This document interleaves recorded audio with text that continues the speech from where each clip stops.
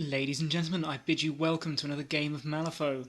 Third game with Clody, and we're facing off against the Latigos, led by Perdita Ortega herself. The strategy is reckoning, and that's not something Clody really likes to find himself up against when those crazy Mexicans are looking down their barrels at him, so he's brought some friends along.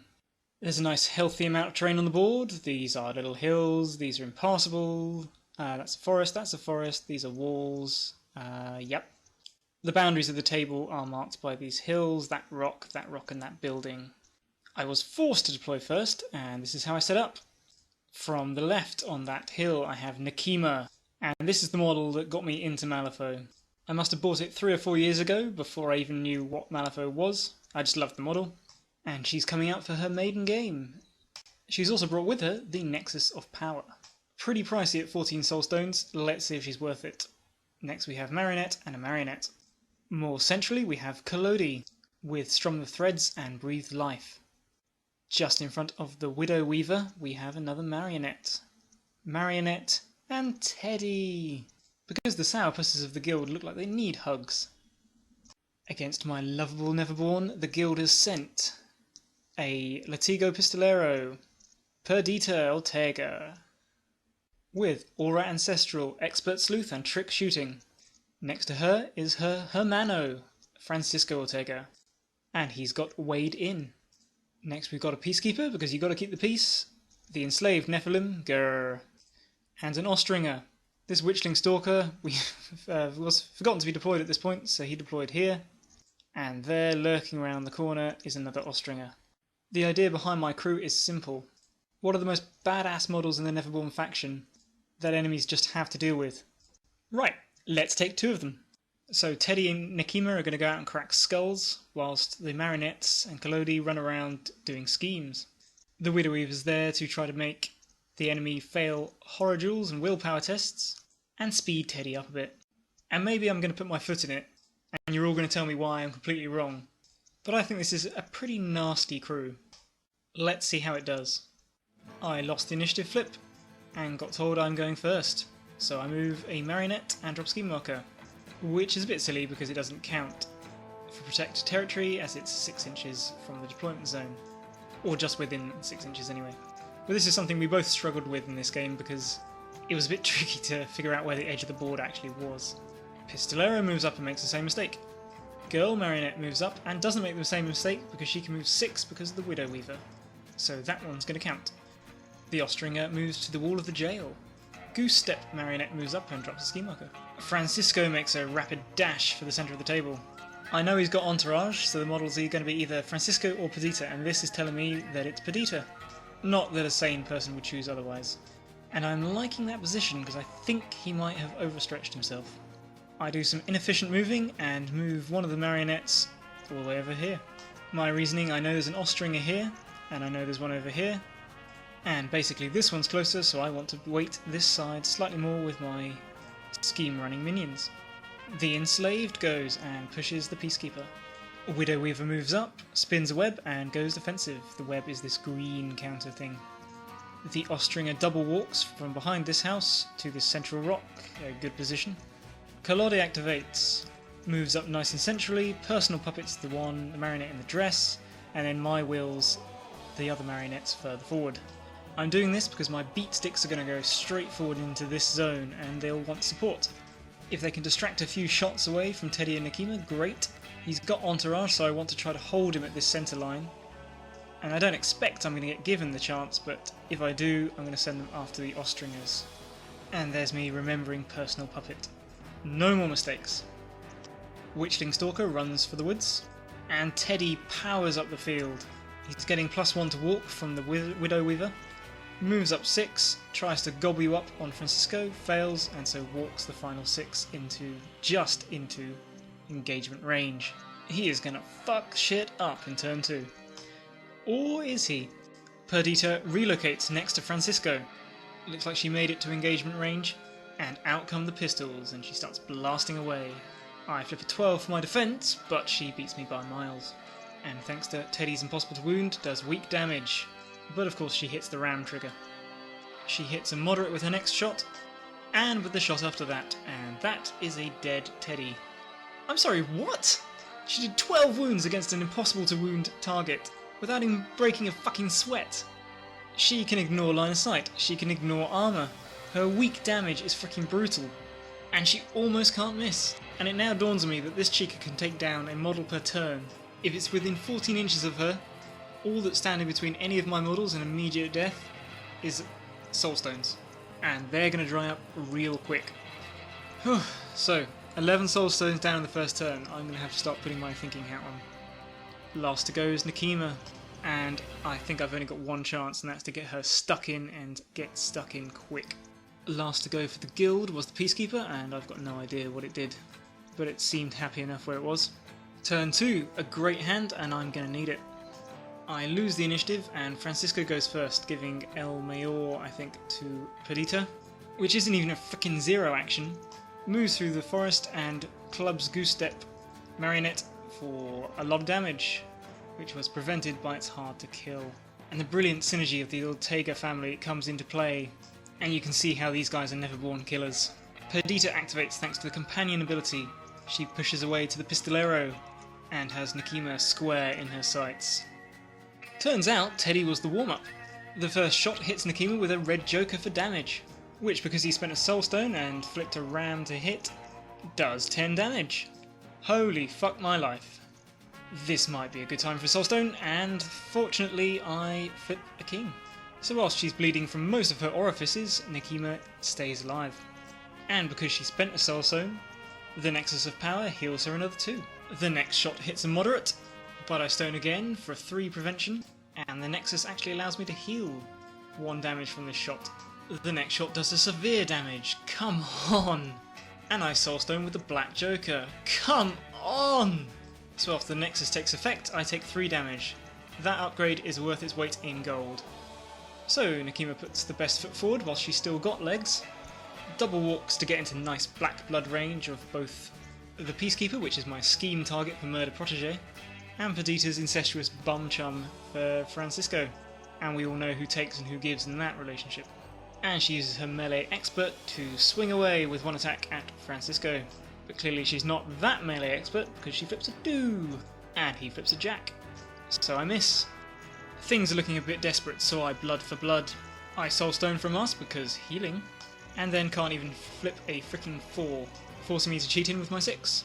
I then activate the trigger to do limb for limb, and thankfully this time I make the casting, just making a slow start at whittling away these 2.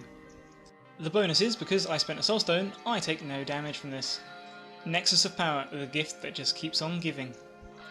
One of the Ostringers throws a bird at my marionette's head and kills it, because they don't give a damn about shooting into combat apparently. So Collodi goes, and goes fast. I'm starting to find I play pretty aggressive with this guy, which I'm not sure is what he's designed for, but events are starting to force my hand somewhat. We start off by stitching back up Nekima, and she should have regenerated when she activated, but I'll remember that in a little bit.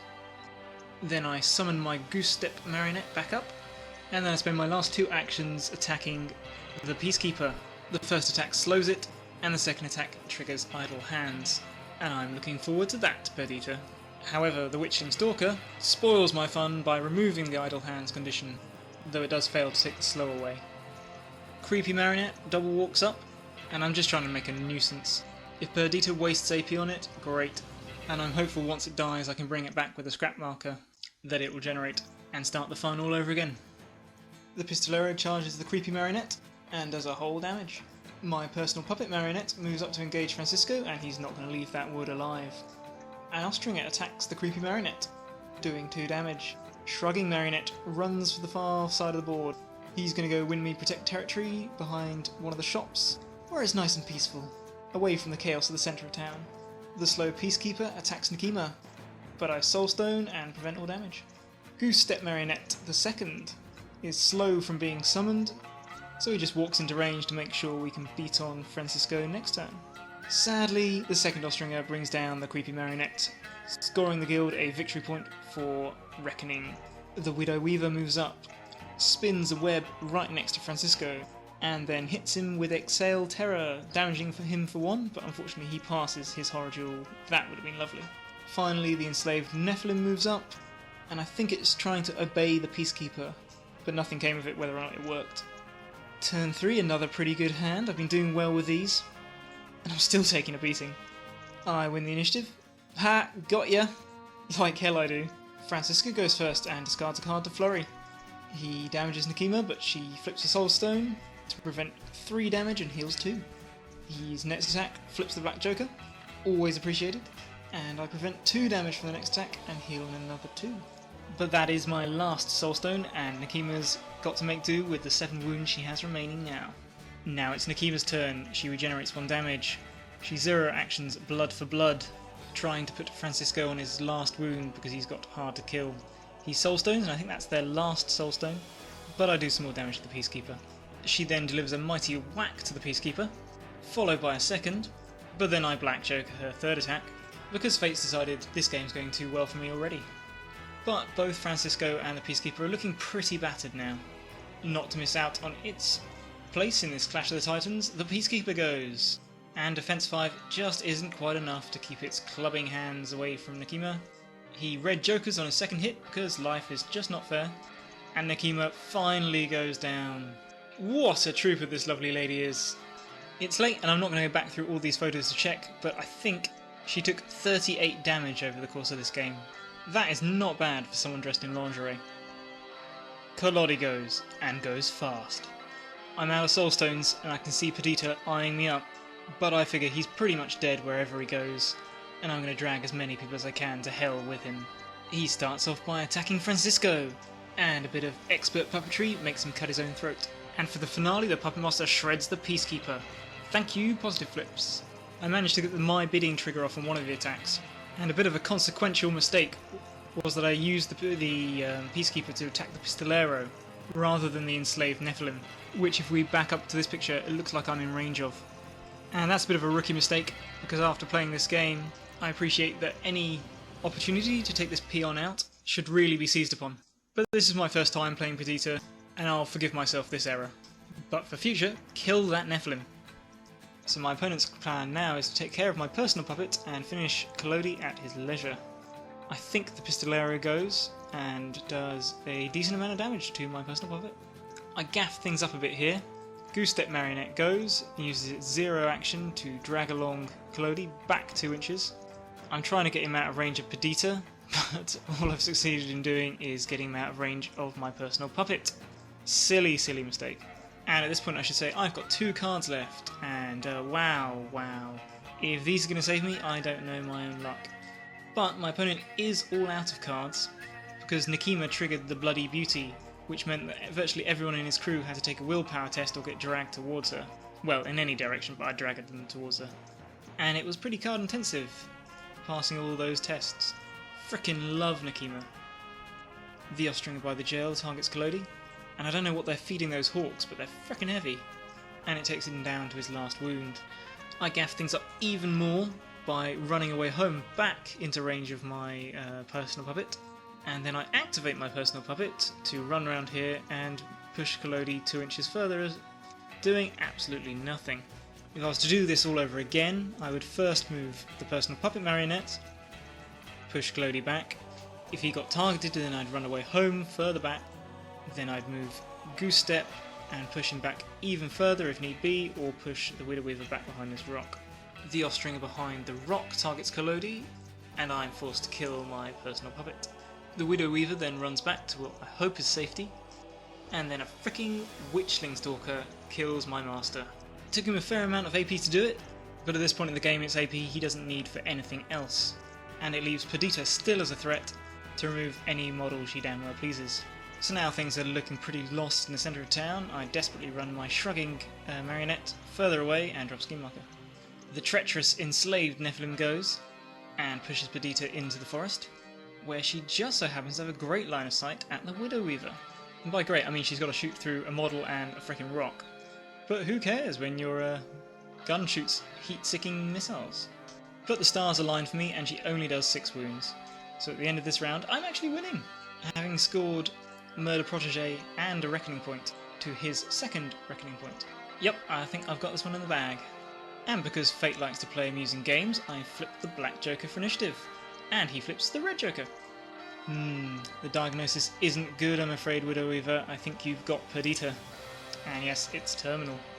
The Ortega Senorita finished her activation by pushing, or it might have been walking, into engagement range with my marionette, so I spend my marionette's full activation trying to escape, and fail. With 2 falls. The Austringer ignores engagement, and continues to throw turkeys at my head, doing 2 damage. My other marionette drops its final scheme marker, and that's me done, and I could be wrong, but I think his other Austringer throws a bird and misses. His enslaved Nephilim moves into the forest and then moves the Pistolero and Perdita back. The Witchling Stalker fires, triggering 2 burning damage, and putting the marionette on its last wound. It's not going to survive that. And then the Pistolero administers the Mercy Blow. That is a very dead marionette. So at the end of turn 4 he scores another point for Reckoning. Turn 5 I remember to take a picture of my hand. I can't really complain about my control hands this game, but I could have used that Red Joker earlier. And this turn of all turns, Fate decides that I can have the initiative. Thanks, Fate! So the surviving marionette puts itself in place to score full points for protected territory, and then goes defensive, because why not? One of the Austringers delivers orders to Perdita. She moves to the edge of the forest and drops a scheme marker, and then sprints 14 inches into my deployment zone, scoring full points for Entourage. So then the rest of the posse saunters around dropping scheme markers, scoring full points for protect territory. And there you have it, ladies and gentlemen, the end of the game. A guild victory, 9 points to 7. And that was a tough game, and well done to my opponent. He's played about the same number of games as I have, and already he's got his crew working like some well-oiled murder machine. I had a really great time playing this. We had a load of laughs, and my opponent had a great attitude, which made him a pleasure to play. Quiero señor venganza. However, I've got to be honest, the damage output, resilience and manoeuvrability of Perdita's crew is a bit intimidating. I think I just suffered a near textbook Perdita-ing. So super quickly, let's see if we can analyse some key mistakes and missed opportunities. I'm not interested in what different crew compositions I could have gone with. That's a whole different game. I believe I had all the tools I needed with this crew, and some general principles for how to use those tools better that I'm interested in. Changing the schemes makes it, again, something of a different game, so I'm not going to bother thinking about that.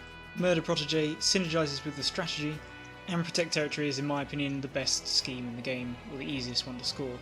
My opponent also has Protect Territory, so I know he's likely to get full points from that, unless I really curb stomp him, in which case who cares. So it's Entourage that matters. It means I've got to kill both Francisco and Perdita to be sure he can't get it, and because only a madman wouldn't choose Perdita, I'll have to kill both of them anyway. But that's okay, because it synergises with the strategy. Having Entourage means he's coming to me, and his crew is a fist designed to let him do that. I think mistake number 1 was that I thought my crew was a fist, which it could be, but it seems it's weaker than Perdita's, and when we both punched for the centre, my fist broke. So trying to meet guild strength for strength with Neverborn, even with a tanked up Nakima, is a mistake, I feel. Which means I've either got to hit him where he can't hit me, which is not realistic because he's got a longer range with most of his models, and they work well when they're bunched up. So that leaves the option of setting a trap. My mistake in this game was thinking that Perdita's trick shooting meant she could ignore line of sight, when really it's only ignore cover. So there's another little tip, make sure I know the rules. With that in mind, these impassable blocking features can start working for me. So, the trap. The Widow Weaver's going to set it. She can start on the front line, move up 12, because the way I read the rules, I think her plaything's ability applies to her as well, and start setting web markers here where we'll place the trap. We'll arm the trap by putting Nakima here by this building, and she can technically reach out and touch anything within 15 inches. We'll have Teddy hidden behind this rock, so he can field people trying to skirt away from Nakima. If they're coming through the forest, that'll slow them down, giving me time to relocate the trap. Collodi will sit behind this rock, and the marionettes will sit back here, keeping them safe from giving up reckoning points. Most importantly, once the Widow Weaver moves up to throw her web, they can drag along her back to the safety of the rock, and the same with Collodi. He can peek out, attack, and then get dragged back. Maybe I could send one marionette out to harry the Austringers, or maybe set up a nice protect territory nest, which Nakima and Teddy can help out with whilst they're waiting. Yes, sorry, principles. Perdita has to come forwards. I'll hopefully have time to set up a -3 willpower zone within this area. And if Perdita steps in it, she's going to get slowed by Collodi, because one of those attacks is going to get through, and take a Nakima to the face. And if that doesn't buy the rest of my crew enough time to move in and swamp her, I don't know what will. If he sees what I'm doing, all he has to do is walk his Peacekeeper into the back corner, hold everyone back, and then in the last turn run Perdita into my table half. But I suspect most people won't want to play like that. But if that does happen, then I'll just have to start moving stuff upwards. It'll be more difficult, but that's life. And I'll need to remember that Teddy cannot enter Perdita's range until she's activated. And it's Nakima's job to go face tanks and bullets. Anyway, those are my thoughts. And yes, I'm really stretching there, as however I try to square it, I still suspect Perdita will have the edge. And if this game has taught me nothing else, it's a very healthy respect for that edge. Hope that was enjoyable, or even interesting. And I'll catch you on the next one. Take care.